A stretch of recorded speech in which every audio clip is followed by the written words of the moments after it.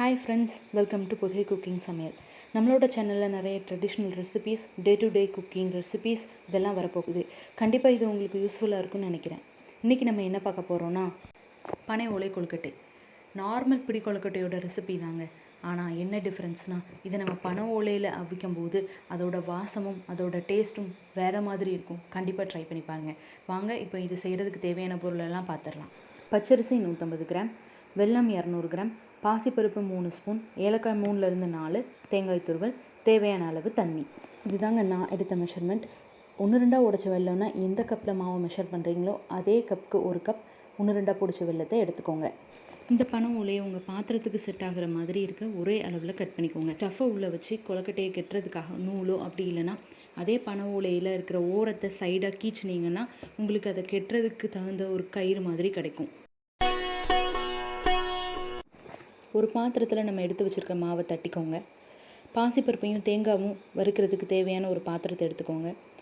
அந்த பாத்திரம் லேசாக காஞ்சதும் நம்ம எடுத்து வச்சுருக்கிற அந்த 3 ஸ்பூன் பாசிப்பருப்பை போட்டு வறுத்துக்கோங்க.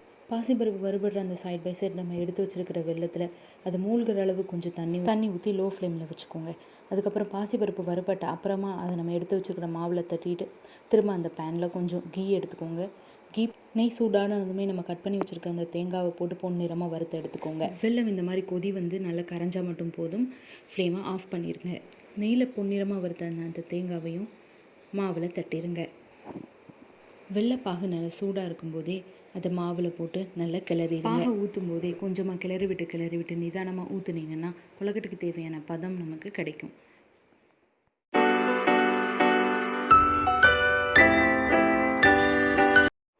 இந்த மாதிரி மிக்ஸ் பண்ணி பாகை ஊற்றுனீங்கன்னா மாவு உங்களுக்கு கரெக்டான பதத்தில் கிடைக்குங்க. ஃபைனலாக அந்த மாவு எடுத்து கையில் உருட்டி பிடிக்கும்போது பிடிக்க வரணுங்க. இதுதாங்க கொழுக்கட்டைக்கு தேவையான கரெக்டான பதம். ஃபைனலாக எங்களுக்கு இவ்வளோ பாகு மீதம் வந்ததுங்க. அப்புறமா நம்ம அந்த கட் பண்ணி வச்சுருக்கிற ஓலையை நம்ம எடுத்து வச்சுருக்கிற மாவை இந்த மாதிரி ஸ்டஃப் பண்ணிக்கோங்க. நல்லா அழுத்தி வச்சு ஸ்டஃப் பண்ணி கவர் பண்ணிங்கன்னா மீத மாவு வெளியே வரும். அந்த வெளியே வர்ற மாவை எடுத்து விட்டுட்டு அதுக்கு மேலே இன்னொரு ஓலையை வச்சு இந்த மாதிரி கவர் பண்ணிக்கோங்க. கவர் பண்ணிவிட்டு நம்ம கயிறு மாதிரி கட் பண்ணி வச்சுருக்க அந்த பனங்கீற்று எடுத்து 2 பக்கமும் இந்த மாதிரி வீடியோவில் காமிச்ச மாதிரி கட்டிடுங்க.